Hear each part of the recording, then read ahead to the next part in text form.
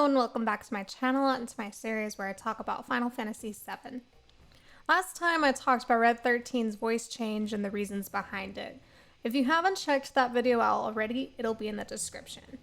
For the next few videos, I'm going to continue to focus on the Cosmo Canyon chapter of Rebirth, and I actually made a poll and had you guys vote on what you wanted me to cover first.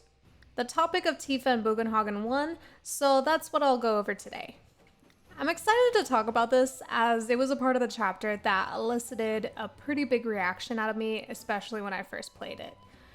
For those of you who haven't played Rebirth or are currently playing the PC version and haven't gotten to Cosmo Canyon yet, please come back to this video after, since there will be spoilers. So with that, let's begin. At this point in the game, Tifa had already fallen into the live stream, knows what it's like, was inside of a weapon, and witnessed the war between the Black Whispers and the White Whispers. If you haven't seen it yet, I actually have a video breaking down this part of the game. I'm pretty proud of it as it's about my favorite part of the game, and it's the video that got a lot of you guys to start watching. So please check it out if you haven't yet. This event was super significant to Tifa, so naturally it was very fresh on her mind and in her memory. So when they go to the observatory and interact with the planetary phonograph and a growling sound comes out of it, Tifa has a look of recognition. Bugenhagen claims with his whole chest that it's a cry of the planet and it's one that he keeps hearing lately. Tifa bravely contradicts him by saying that the sound actually came from a weapon. In response, he condescendingly says that she sounds very sure of herself. Defending herself, she says that they saw them with her own eyes, 2 of them in fact, in Corel and the Gongaga reactors. She doesn't even get into the fact that she was inside one of them and therefore has direct experience. In response, he laughs, brushes off what she says by claiming that she has Mako poisoning, and tells her to go see a doctor. Rightfully so, she responds with, excuse me? He continues with saying, yes, that would do them some good, in a Soto voice. Addressing the 3, he states that judging from what they said, that they're unfamiliar with basic planetology. He's assuming a lot here without asking them because Aerith is a Cetra, and Tifa actually learned a lot about planetology when she met Jessie in Midgar years ago. In Traces of Two Paths, she went to a lot of screenings about planetology.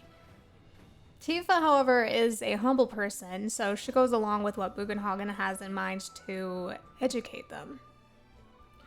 During his presentation in the planetarium, he explains that a large part of planetology is about explaining the circular nature of life. People are born, live life, are fated to die, the body decays, and returns to the planet. The mind, spirit, and soul also return to the planet, thus there's the life stream, which is the lifeblood of the planet. According to Bugenhagen, if Mako is depleted, the planet would die. Cloud asks the clarifying question that Mako is spiritual energy that they're using up. Bugenhagen confirms this and further explains that Mako fades away after being used for industry. Here Tifa asks if it actually does fade away. Is it possible that it could return to the life stream in a different form? He dismisses her again and says that she has a lack of understanding and that she needs to get educated. He then calls for attendants to escort her to the seminar room. She says, okay, in a frustrated yet dejected tone while looking down. Aerith asks if she can come too. I'm glad that at least she's offering moral support here. After they leave, Cloud asks Bugenhagen if everything dies after Mako runs out. Bugenhagen confirms this, so Cloud asks him if there is a way to make the energy stronger. In an overreacted response, Bugenhagen yells, "Why are you asking me such things?" He then apologizes and says that he's realizing that he's stuck in the past. Science must evolve with everything else, but it seems like he can't. Before I move on to the seminar scene, I'm going to break down what just happened. What we just witnessed from Bugenhagen is an example of cognitive dissonance. Cognitive dissonance is the psychological discomfort we experience when we hold 2 or more conflicting beliefs, attitudes, or values simultaneously. To resolve this tension, we often change, justify, or ignore the conflicting information. The kind of cognitive dissonance he's showing is called belief disconfirmation, which happens when the new information contradicts an existing belief. There are actually 5 telltale signs that someone is experiencing this dissonance. 1. Feeling uncomfortable or anxious. We can see this in his body language and how he reacts, especially when he overreacts. 2. Justifying or rationalizing behavior. 3. Avoiding new information. He's avoiding what Tifa said about weapon and dismissing this new information because it challenges his beliefs and leads him to using his confirmation bias. 4. Selective memory. This is a biased recall of information where we remember details that support beliefs more than what contradicts them. And 5. Downplaying the importance of the conflict. He's downplaying what she's saying and claims that she has been Mako poisoned. This claim can also feed into the other signs of his cognitive dissonance. So how can cognitive dissonance be combated? You have to open yourself up to fixing beliefs or modifying the behavior when convincing evidence challenges them. Tifa challenges his beliefs by not only telling him that the cry they heard was actually a weapon, which she's basically living evidence of, and there are 6 eyewitnesses, but by also asking critical questions that challenges planetology. Instead of being open to what she's saying, he's rejecting her experience and questions entirely. Instead of providing answers to her questions, he insists that she be educated, or another word I would use is indoctrinated. Indoctrination means to repeat an idea or belief to someone until they accept it without criticism or question. A lot of religions, cults, and ideologies use this to keep the followers in these institutions. It's also a surefire way to keep people in cognitive dissonance. It's only after she leaves and he overreacts to Cloud's questions that he starts to realize that maybe he's wrong and needs to open himself up to change. The fact is that everyone goes through cognitive dissonance at some point or many points in their lives. To illustrate this, I'm going to give the biggest example I have from my own life. I was actually born and raised in the Mormon Church. Once I hit my 20s, I started going through a faith crisis as I went through many experiences that challenged my beliefs, met people who helped me get out of my isolated bubble, and I started asking myself critical questions that challenged my beliefs. It was very difficult to let go of what I was raised to believe and what was very much my foundation. But once I learned to ask these critical questions and looked at the evidence that conflicted with my beliefs, it all clicked for me. I left Mormonism and have been living a more happy and free life, and a lot of that has to do with the fact that I no longer live with this cognitive dissonance. For nearly 6 years, I have been living my life where my current beliefs don't conflict with my actions. Whereas before, when I was a Mormon and I had a lot of cognitive dissonance, my actions and my beliefs were contradicting each other, and I lived in a state of perpetual anxiety. It's crucial to ask these critical questions, hear the other side, be open to change and learning, and look at all the evidence before forming an opinion or belief. This is a cycle that should continue as we are faced with new information. If we don't do this, we are doomed to stagnate and keep believing in outdated information that has proven to be false and could harm us in the long run. And that is especially true now, considering the state of things in the world, that if you don't do this, then you are doomed to repeat history. You are doomed to believe misinformation. You could even put yourself in physical harm. Going back to Tifa at the seminar, the mentor asks her to share her story. At first, she's hesitant to share, and I don't blame her since she's already introverted, but her experience was already invalidated and disregarded by Bugenhagen. He even tried to gaslight her by saying she was Mako poisoned. Victims of cognitive dissonance usually gaslight. Anyway, it's very understandable why she's hesitating. Since she's struggling to begin, Aerith encourages her by smiling at her. Tifa starts by stating that she fell into the live stream. The attendees gasp and start looking at each other. Continuing, she attempts to describe what it's like there, how she felt kindness wash over her, and that she saw long forgotten memories. It was a warm and comforting place.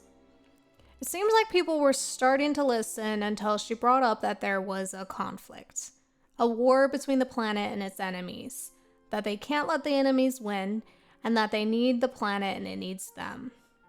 As she's saying this and essentially calling them to action, they are avoiding her eyes and instead either look at each other or the ground.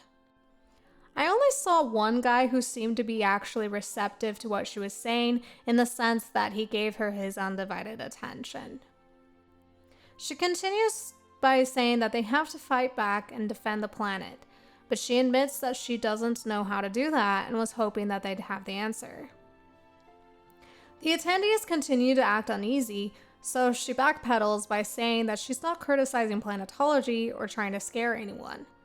After saying this, she struggles to finish before saying, "Never mind, this is all coming out wrong." The mentor starts the nervous but polite round of applause. He tells her to not be discouraged, and if she ever wants to try again, then they would listen. He advises her to keep challenging her beliefs or else the answers would never come to her. I found a lot of irony in the fact that he was the one to say that. He then ends the seminar so that they could all go to the River of Lights. While Tifa gets up, Aerith tries to smile at her in encouragement. However, Tifa looks really sad and dejected as she tells Cloud that she'll see him at the festival. Let's pause here again and use the metric to see if the seminar attendees, including the mentor, are also victims of cognitive dissonance. First, the unease and anxiety is evident in their body language. Second, they seem to be internally justifying their behavior when it's evident that they are unwilling to take action, like Tifa is saying they all need to do. Third, they are avoiding this new information. And fourth, they are downplaying the importance of the conflict. It's hard for me to say if they're using selective memory here, so I can't count that sign. There is hope, however, as I did find one of the attendees seemed to be listening and was at least interested in what she was saying. To be fair to them, this is heavy information that takes time to process. It's natural to be uncomfortable in this kind of situation. However, it's damaging to them and to Tifa and Aerith, who are trying to do something to help the planet and could use as much help as possible. It's clear that Tifa was uncomfortable during this situation because these people are willing to listen and challenge their own beliefs. Tifa actually witnessed the war between the planet and Sephiroth while she was in the live stream. They are internally disregarding this completely and seem unwilling to take action to help. This in turn is isolating Tifa and making her less willing to share and ask for help in the future, which is something that is already hard for her to do considering her personality and her own traumas.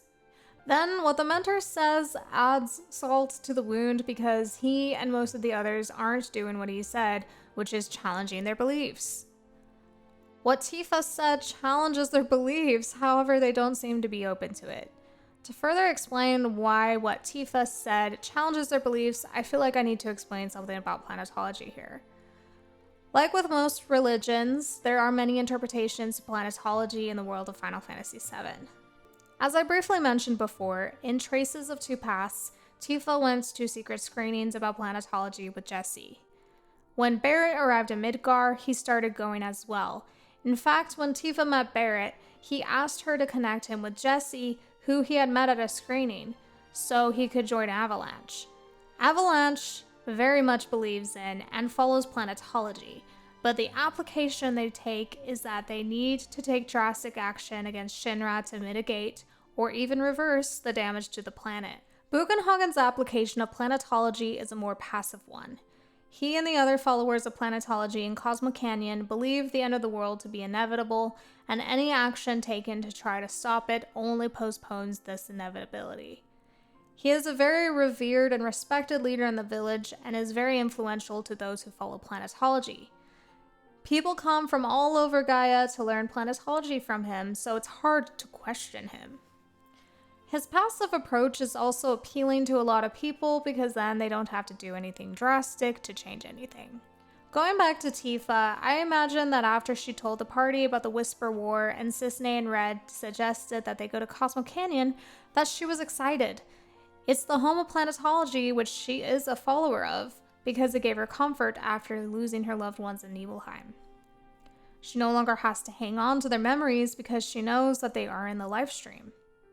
But also, she probably felt like she would be able to get answers to what she saw and what she can do about it. It's clear that she's very motivated to take action to help the planet. After this reception and being so disregarded, that's got to be super discouraging. So it's very natural that she's very down at this point. She thought she would get answers and help here, but instead she was blocked by the cognitive dissonance of others. Moving on, at the bonfire, Tifa is still looking sad and uneasy. When Cloud talks to her, she asks if she sounded as awkward as she felt. I had him say that she did good. He validated her by saying that they sucked at listening, but he understood what she said. She looks happier knowing that, but she wanted everyone to understand too. I relate to this a lot, as I also have people-pleasing tendencies that I'm also working on. Doing YouTube is actually helping me learn to work through this. It's hard putting a lot of time, energy, heart, work, and research into something and having people disregard it for whatever reason. So I feel for Tifa a lot here in the sense that we both want everyone to get what we're saying. However, the reality is that not everyone is going to get it, and we have to stop trying to get everyone to get it. The truth of the matter is that everyone has biases. Everyone goes through cognitive dissonance. Everyone has a different perspective and different experiences. It's important to remember that. Also, I want to acknowledge that there are so many of you that have been returning to my channel that are getting what I'm saying and are on the same page. And I think that's amazing. You guys are amazing. I always love reading your comments and interacting with you guys.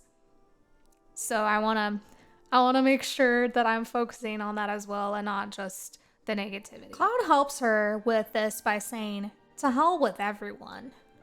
She laughs and thanks him for the advice. He's really helpful to her here because at least he's good at pretending that he doesn't care about what others think. But also in the OG, he did say at the Northern Cave that her opinion is the only one that matters to him. He highly values what she says and wants her to know this. And he's right. To hell with everyone. Because the people who truly care about her, aka Cloud and the rest of the party, gets what she's saying and is with her in the quest to save the planet. It's them who truly matter to her. After this, Aerith makes her speech, which as promised I will cover in a video, after I make the video about Red and Seto, since that took second in the poll. It's one of my favorite scenes of her, as it's an important one for her arc in coming to terms with her identity as the last living Cetra, as well as kind of a goodbye to the party. Like, there's a lot of signs of her saying goodbye to the party throughout this game. For this video, however, I want to bring up the contrast between her speech and Tifa's story regarding the reaction of the audience. The most obvious difference is the fact that they are giving Aerith their undivided attention. They are nodding along to what she is saying and aren't awkwardly looking down, gasping, or looking at each other in alarm. At the end of the speech, they don't have to be led by a mentor to start applauding, and it isn't quiet and polite applause, but more hearty applause. Now, I don't want this to be taken as a criticism of her speech. It was a very moving and important speech that was relatable, especially for people who have been ostracized during their lives. However, I'm going to explain why I think that the people accepted what she said when they couldn't accept what Tifa said. 1. Aerith is the last living Cetra. Planetology originated from the Cetra since they communed directly with the planet. This automatically gives her more credibility in their eyes, therefore they're more likely to accept what she says over what Tifa says. 2. Nothing she said really challenged their beliefs, but in some ways it added to their confirmation bias. Therefore, they were more willing to accept and agree with what she said in the speech. To be fair to Aerith, one of her weaknesses is that she has a hard time reading the room sometimes. This, however, was not one of those times. Her speech at the bonfire wasn't the time to try to call these people to action, so what she said in her speech was something that was very appropriate for the occasion. I believe it also did some good for Tifa and the rest of the party because Aerith acknowledged what they have done for her in her heartfelt and touching speech. Also, Aerith added credibility for the party in the eyes of the people, which could help them in the long run. But again, it's passive. I have one more part to go into. After Bugenhagen leads Red to Seto, he tells him to continue with Cloud and the others. Here he admits that when he first heard the party's warnings, he dismissed them and justified it by thinking it's because they're misguided youths. He admits that he's old, set in his ways, and thinks he's seen and knows all. Tifa looks relieved as she's finally being validated. He realizes that he was foolish and grew blind to new possibilities. He feels remorseful and doesn't want to impede Red's progress, so he encourages him to seek the truth of the world with sharper eyes and keener ears. After saying this, he finally addresses the party, requesting that they look after Nanaki for him. Cloud assures him that they will. When playing this, I was happy that Bugenhagen acknowledged his cognitive dissonance. I just wish he did so while addressing the party directly instead of telling just Red while the party overheard. Now, it is good that he told this to Red, who is his adoptive grandson. He wants Red to become wiser than him, and that comes from having an open mind and ceasing to be stuck in old beliefs and ignorance. I just felt like the party, and especially Tifa personally, deserved a direct apology from him. He specifically treated Tifa poorly when she was right all along. Self-awareness is a good thing, definitely, and it is a start. But so is taking accountability directly with the person he hurt. That's my opinion, though. Before we close out this video, I want to issue a challenge to all who are watching. I would like you all to reflect on your own lives of when you were victims of cognitive dissonance. I want you to reflect on what led you to get out of that mental prison. If you are currently experiencing cognitive dissonance, I would like you to do what I suggested in the video and open yourself up to the challenge.